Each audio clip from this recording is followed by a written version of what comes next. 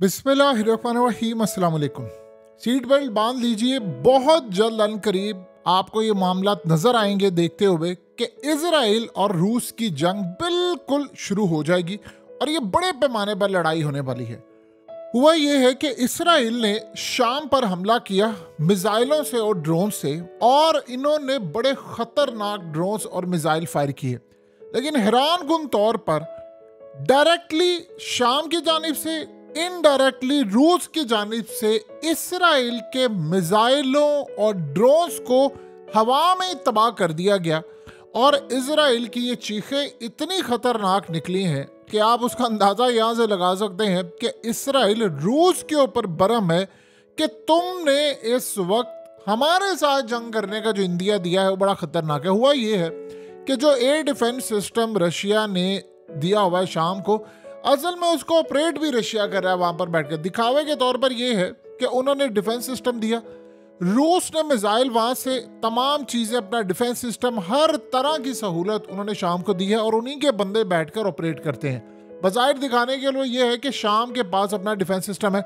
अब इसराइल ने missile fire किए, इसराइल ने ड्रोन्स मारे और वो सारे के सारे रूस की जानिब से तबाह कर दिए गए। यानी आप अंदाजा कर लें कि रूस ने इसराइल का हमला नाकाम बना दिया है। ये हमला उन्होंने बड़ा खतरनाक लेवल पर किया था। हालिया उन्होंने शाम के अंदर बड़ी तबाही की, उन्होंने ईरान के कमांडर्स मार दिए। अब उनको तकलीफ ये है कि पहले तो अमेरिका के साथ इनकी लड़ाई होती थी, अब तो डायरेक्टली हमारे साथ लड़ाई होना शुरू हो गई है कि इसराइल ने हमला किया, उसको रूस ने नाकाम बना दिया। बताइए, आज से कुछ देर पहले आपको जरा सा भी अंदाजा था कि एक टाइम ऐसा आएगा कि रूस और इसराइल आपस में लड़ने के लिए तैयार हो जाएंगे? वो भी जब रूस की जानिब से पुतिन ने ये बात कही, उसने कहा कि दुनिया का कोई भी इंसान जो जरा सा भी दिल रखता है वो इसराइल की इस बर्बरियत के ऊपर खामोश रह सकता है जो ये काम कर रहे हैं। उसने कहा जो इसराइल प्लान बनाकर बैठा हुआ है कि उसने पूरे का पूरा फलस्तीन खा लेना है, ये वो भूल जाए कि नक्शे बदले जाएंगे या फलाना होगा। हम किसी सूरत फलस्तीन की रियासत के खिलाफ उसको सफाई से मिटाने का जो इसराइल का प्लान है उसको कामयाब नहीं होने देंगे। एक आज़ाद फलस्तीन की रियासत कायम रहेगी, इसराइल अगर उसमें मुदाखलत करेगा तो ये किसी सूरत काबिल कबूल नहीं। अब काबिल कबूल ना होने का क्या मतलब है कि जैसे ही इसराइल इस हद तक जाएगा तो जाहिर सी बात है पूरी तरह रूस कूद पड़ेगा इस जंग के अंदर और वो जंग में कूदेगा। यानी आप ये सोच लें कि जो अगली बड़ी जंग होनी है उसमें मुसलमानों के साथ मिलकर रूस से लड़ना है, और आपको उसकी शुरुआत नजर आ गई है। शाम के अंदर असल में हुआ ये है कि ये हमले पर हमले कर रहे थे, इन्होंने काफी हमले किए। अब रूस डायरेक्टली उन हमलों को रोक रहा है। यानी उसने इसराइल को कह दिया है कि ये जमीन मैंने इसकी हिफाजत का जिम्मा लिया हुआ है, मैं शाम की हुकूमत का इत्तेहादी हूं, तुम हमले करोगे वहां पर, ये किसी सूरत काबिल कबूल नहीं। अब सोचे जरा, एक तरफ तो आयरन डोम तबाह हो रहा है, उसके साथ मामला काफ़ी ख़राब है, दूसरी जानिब ये सूरत हाल है। और अब इस सारे मामले पर आप सोचें कि अमेरिका कहाँ पर खड़ा है, उसकी पोजीशन कहाँ पर है, उसको इस बात का कतन अंदाज़ा नहीं है कि हमारे साथ इस वक्त मामला क्या है। जैसे मिसाल के तौर पर इन्होंने अब स्ट्राइक किया और स्ट्राइक करके इन्होंने यमन के अंदर उनके 17 के करीब लोग मार दिए और उनके जनाजे उठाए गए। उन्होंने कहा कि अब हम अमेरिका को बताएंगे कि ये जंग किस तरह लड़ी जाती है, हम स्ट्राइक से नहीं घबराएंगे, ये करते रहे हमले। अब हमारी जानिब से जो हमले होंगे वो पहले से ज़्यादा खतरनाक होंगे। देखिए, यमन ने इनके शिप्स तबाह कर रहे हैं, वो इन पर मिसाइल दाग रहे हैं। बदले में उन्होंने काम क्या किया है कि उन्होंने जाकर उनकी सिविलियन आबादी के ऊपर हमले किए और वहाँ पर 17 जनाजे अब यमन की जानिब से उठाए गए हैं। अब वो कह रहे हैं कि इसका जवाब हम देने जा रहे हैं अमेरिका को। देखिए, इसराइल के लिए इस वक्त सबसे ज़्यादा खतरनाक सूरत हाल ये पैदा हुई है कि इलाद शहर के अंदर उसको सबसे पहले तबाह करना शुरू किया था यमन ने। अब वो ये काम कर रहे हैं कि वहाँ पर चूंकि सारा इन्वेस्टर भी चला गया, सब चले गए, कि हमने इनका बदला लेना है। अगर इन्होंने थोड़ी सी भी कैलकुलेशन की होती, थोड़ी सी भी कैलकुलेशन इसराइल ने की होती, तो इसको अंदाज़ा हो जाना था कि इस जंग के अंदर मामला क्या है। ऑलरेडी उसने कहा है, देखिए रूस का जहाँ तक मामला है इसराइल के साथ लड़ाई का, वो बड़ा क्लियर है।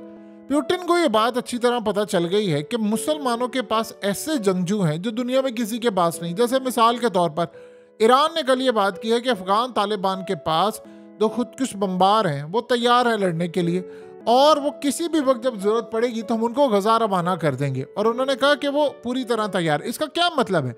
इसका ये मतलब है कि रूस को ये बात अच्छी तरह पता है। देखिए, दुनिया में तमाम जितने फौजी होते हैं वो अपनी जानें पहले बचाते हैं और फिर वो लड़ाई करते हैं। जब वो कह रहे हैं कि मुसलमानों के अंदर ये सूरत हाल है, चाहे वो हमास के लोग हों, हिजबुल्लाह के लोग हों, अफगान तालिबान हो, ईरान के हो या चचनिया के हो, प्यूटिन ये समझता है कि वन वे मिशन जो होता है, यानी ये खुद जाएंगे, फट जाएंगे और उनको मार देंगे, ये दुनिया की किसी कौम में भी नहीं है। तो लिहाजा अगर मुसलमान मेरे साथ रहते हैं तो हम दुनिया के अंदर डोमिनेट कर जाएंगे। तो अब उसने काम असल में ये किया है कि वो हर जगह पर मुसलमानों की हिफाजत करने के लिए तैयार बैठे हुए हैं। इसलिए उन्होंने तमाम मुस्लिम कंट्रीज के साथ ताल्लुकात बना दिए और बार बार एक ही बात, हर जगह पर पुतिन जब जाता है तो वो मुसलमानों से जब खिताब करता है तो एक ही बात कहता है कि आपकी कुरान मजीद की किताब जो बड़ी मुकद्दस है, जिसके बारे में उसने कहा था कि मेरे पास कोई ऐसी पाक जगह नहीं है जहां पर मैं इसको रख सकूं, इस किताब का दर्जा इतना ऊंचा है कि दुनिया की कोई जगह इतनी पाक नहीं है जहां पर इसको संभाल कर रखा जा सके।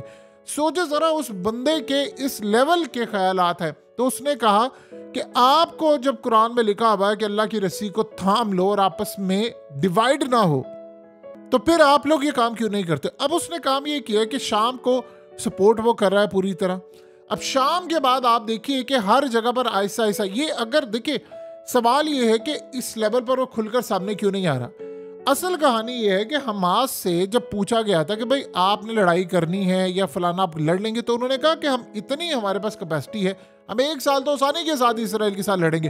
अब चूंकि वो नाकाम हो नहीं पा रहे, तो वो जो प्लान BCD था कि जी सेकंड नंबर के ऊपर ईरान जो थे, यानी अफगान तालिबान के लोग जाएंगे, फिर उसके बाद हिजबुल्लाह जाएगी, फिर उसके बाद ईरान के लोग जाएंगे, फिर रूस आएगा, वो अभी नौबत ही नहीं आई क्योंकि वो इसराइल वहां से जीते नहीं रहा। तो जब इसराइल नहीं जीत रहा तो शाम के अंदर मामला क्या है? अब ये सारे की सारी जो लड़ाई है, आप ये देखिएगा कि यूक्रेन का जहां तक मामला है, ये सारे तैयारी करके बैठे हुए हैं। इन्होंने प्लान अब ये करना है, चूंकि रूस के ऊपर हमला करना है तो उसको फिर चाहिए होंगी वहां पर फौजें। फौजों में आप देखेंगे कि मुसलमान कितनी बड़ी तादाद के अंदर जाकर रूस के साथ लड़ेंगे। ऑलरेडी रमजान का आदर तो उन्होंने हाई अलर्ट किया हुआ है कि भाई आप तो आएंगे, उनके साथ तो कोई 20,000 25,000 के करीब जो फौज होगी वो आएंगे और उसकी देखा देखी और बहुत सारे लोग आएंगे।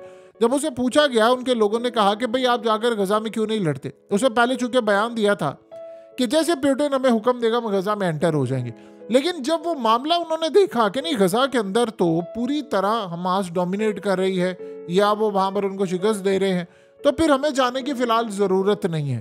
तो इसलिए उन्होंने फैसला ये किया कि उस बंदे ने कहा कि यहाँ पर यूक्रेन में लड़ाई करें, क्योंकि यहाँ पर अगर हमारी लड़ाई हार गए तो फिर ये सब कुछ मलिया मेट हो जाएगा, लिहाजा यहाँ पर तैयारी रखें। उधर से उन्होंने देख लिया मामला। अब रूस का जहां तक मामला है, रूस इस वक्त शाम में है हाई अलर्ट। अमेरिका असल में निकल के जा रहा है शाम के अंदर से, और अमेरिका इतना ना तो बच्चा है ना अमेरिका इतना शरीफ है। अमेरिका ने जब निकल कर जाना है शाम से, अमेरिका ने जब निकल कर जाना है इराक से, इराक वालों ने तो क्लियरली कह दिया है कि हमें यहाँ से अमेरिकी फौजियों को धक्के मारकर निकालना पड़े तो हम निकालेंगे। और धक्के मारकर उन्होंने कहा कि हम जब यहाँ से इनको निकालेंगे तो उसके बाद अमेरिका यहाँ पर एक बहुत बड़ी खाना जंगी की सूरत हाल छोड़कर जाएगा। अब शाम के अंदर असल में वो टेस्ट कर रहे थे इसराइल के लोग कि हम इनको मारेंगे, बाद में हम क्या कर सकेंगे। उधर से शाम के अंदर से अमेरिका को निकलना पड़ा है, उन्होंने कह दिया ऑलरेडी इराक से ये इनको निकाल रहे हैं। तो जब अमेरिका की फौजें यहाँ से निकल जाएंगी तो बताइए इसराइल की हिफाजत किसने करनी है। तो इसीलिए वो कोशिश क्या कर रहा है, ये जो हमले उसने किए थे कि वहाँ पर जो मिलिट्री बेसिस हैं हम वहाँ पर उड़ा दें, हम इनका डिफेंस सिस्टम उड़ा दें। इसराइल की सबसे ज़्यादा तैयारी है कि जो रूस ने डिफेंस सिस्टम दिया हुआ है कि हम मिसाइल मारे, ड्रोन्स मारे, वो कम से कम हम उड़ा दें। जब हम वो मिसाइल और ये तमाम चीज़ें उड़ा देंगे तो फिर हमारे लिए सूरत हाल बहुत ज़्यादा आसान हो जाएगी, हम इसको तबाह कर देंगे। तो करते करते मामला अब यहाँ तक आ गए हैं इस वक्त इसराइल के कि पोजीशन बहुत ज़्यादा इसराइल के लिए क्लियर हो चुकी हुई है कि उसकी लड़ाई अब रूस के साथ होने जा रही है, ना कि किसी और मुल्क के साथ। यानी क्लियरली जो उनकी लड़ाई है वो अब रूस के साथ है। अगर इन्होंने कोई भी पंगा ऐसा करने की कोशिश की तो रूस जवाब देगा, क्योंकि एक तो उन्होंने हिफाजत का जिम्मा लिया और दूसरी जानिब जब शाम ये कहेगा कि हम पर हमले हो रहे हैं तो हमें भी पलट कर अब इसराइल के ऊपर हमला करना है। तो वो ये काम करेंगे कि रूस को कहेंगे कि आप हमें जो डिफेंस सिस्टम या मिसाइल है हम यहाँ से फायर करेंगे, सीधा हम इसराइल के ऊपर जाकर मारेंगे, तो इसराइल को अब नुकसान होगा। यानी रूस से लिए गए हथियार, चीज़ें अब इसराइल पर उन्होंने अगले जो फेज है उसके अंदर फायर करनी है। तो इसराइल को तो पोजीशन अब बड़ी क्लियर हो जानी चाहिए कि लड़ाई वहां से भी आपकी हो रही है, लड़ाई इधर से भी हो रही है, हर तरफ से लड़ाई आपके सामने है। दूसरी जानिब आप ये देखिए कि ये हमला करने जा रहे हैं मिस्र की साइड से, यानी जो रफा है उस साइड पर, और ये इजराइल की जितनी भी गलतियां हैं ये सबसे बड़ी गलती होगी। आप सोचें कि जब मिस्र वाली साइड पर आप हमला करेंगे तो आपने दुनिया भर के मुसलमानों को दावत दे दी है कि एक एक करके तमाम मुस्लिम कंट्रीज के ऊपर इन्होंने हमला शुरू कर दिया। असल में वो धमकी क्या दे रहे हैं, वो दूसरी जानिब इनको धमकी दे रहे हैं कि हम IMF के थ्रू तुम्हें दिवालिया कर देंगे, हम IMF के थ्रू या वर्ल्ड बैंक के थ्रू जिनसे तुम कर्जे ले रहे हो तुम्हें बिल्कुल दिवालिया डिक्लेयर कर देंगे, तुम्हारे मुल्क के अंदर अनारकी की सूरत हाल पैदा हो जाएगी, क्यास हो जाएगा, हर तरफ हम तुम्हें तबाह बर्बाद कर देंगे। अब दुनिया को ये बात समझ आ गई ना कि IMF को इनडायरेक्टली बैठकर पीछे कौन मैनेज करने वाले, वो इसराइली हैं। बज़ाहिर तो आपको ये लगता है कि अमरीकी करते हैं ये फलाना, लेकिन एक एक चाल, चाहे वो पाकिस्तान को कर्जा देना हो, जो शराइत हैं वो क्या करते हैं, वो इतनी खतरनाक लेवल पर ले आते हैं, बिजली महंगी, फलाना महंगी, ये महंगी, उसके बाद अवाम की चीखें निकल जाती हैं और फिर वो उनसे अपनी मर्जी के फैसले करवाते हैं कि जी एक तरफ अगर हमने तुमसे और ज्यादा करवाया तो अवाम तुम्हारा गिरेबान पकड़ लेगी, नहीं तो बेहतर ये है कि तुम हमारा हुक्म मान लो। अब वो मिस्र के साथ लड़ाई करने को तैयार है और दूसरी जानिब उनको ये धमकियां दे रहे हैं। इस पर यूरोपीय यूनियन ने क्लियरली उनको वार्न कर दिया है कि जो गलती यहाँ पर लिबिया के अंदर हुई थी तुम लोग ये ना करो, ये लड़ाई बड़ी खतरनाक हो जाएगी। रूस की असल में नजर है, देखिए हुआ ये है कि जब यूक्रेन वाला मामला हुआ अमेरिका ने तमाम पाबंदियां लगा ली और वो तमाम ताकतें करने के बावजूद वो रूस को नहीं हरा सके। तो अब दुनिया इस हिस्से की तरफ फिर ऐसा ऐसा चली जाएगी कि हमें चाइना और रूस के मॉडल की तरफ जाना है, जहां पर इनके पास अपना पेमेंट सिस्टम है, इनके पास इन्वेस्टमेंट है। देखिए मोदी को उसने कहा, रूस ने, उसने कहा कि हमारी तो कई कंपनीज ऐसी हैं जिसने तुम्हारे मुल्क में इतनी इन्वेस्टमेंट की है, तुमने चूंकि अमेरिका के सामने स्टैंड लिया तो हमारी एक छोटी सी कंपनी ने $25 अरब के करीब इन्वेस्ट किया है। तो यानी आप ये सोच लें कि हमारी अगर 10-15 कंपनीज ने इन्वेस्ट किया तो $250-300 अरब के करीब तो हमने वैसे तुम्हारे मुल्क में इतना हैवीली इन्वेस्ट किया हुआ है और हम कर रहे हैं, मजीद प्लान कर रहे हैं। तो आप सोचें आप किसी मुल्क में $300-400 अरब इन्वेस्ट करें तो उस मुल्क की इकोनॉमी कहाँ से कहाँ पहुँच जाती है, फिर आपको तेल सस्ता मिलता है।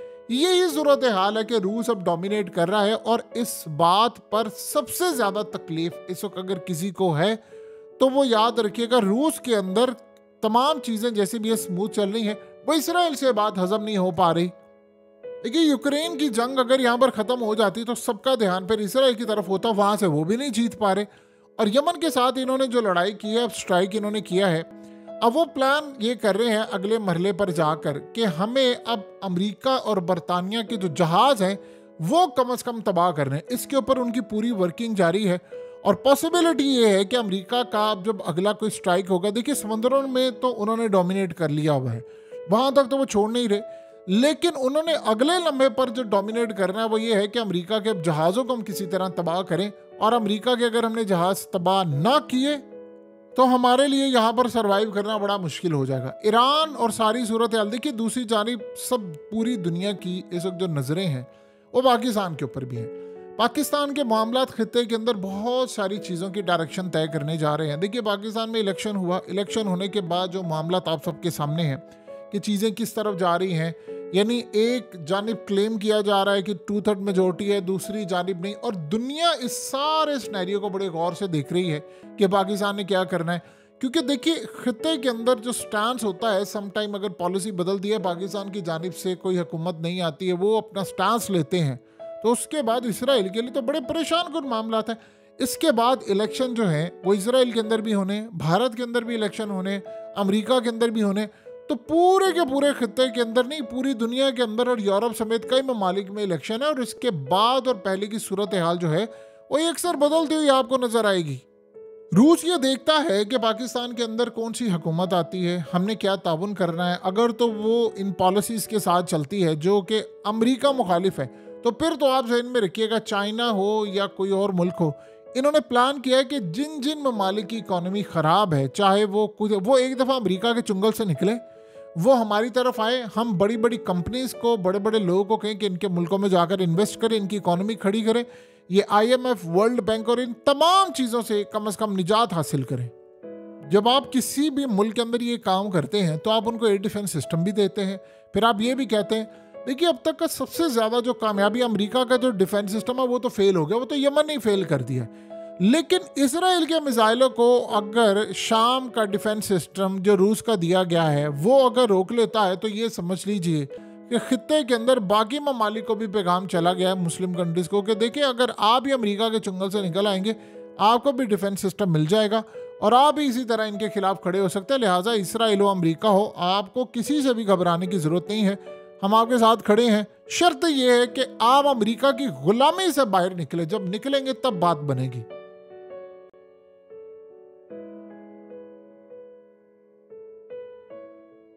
हकीकत टीवी को सब्सक्राइब करना मत भूलें, वीडियो को लाइक करें, शेयर करें और कमेंट सेक्शन में अपनी राय का इजहार जरूर करें।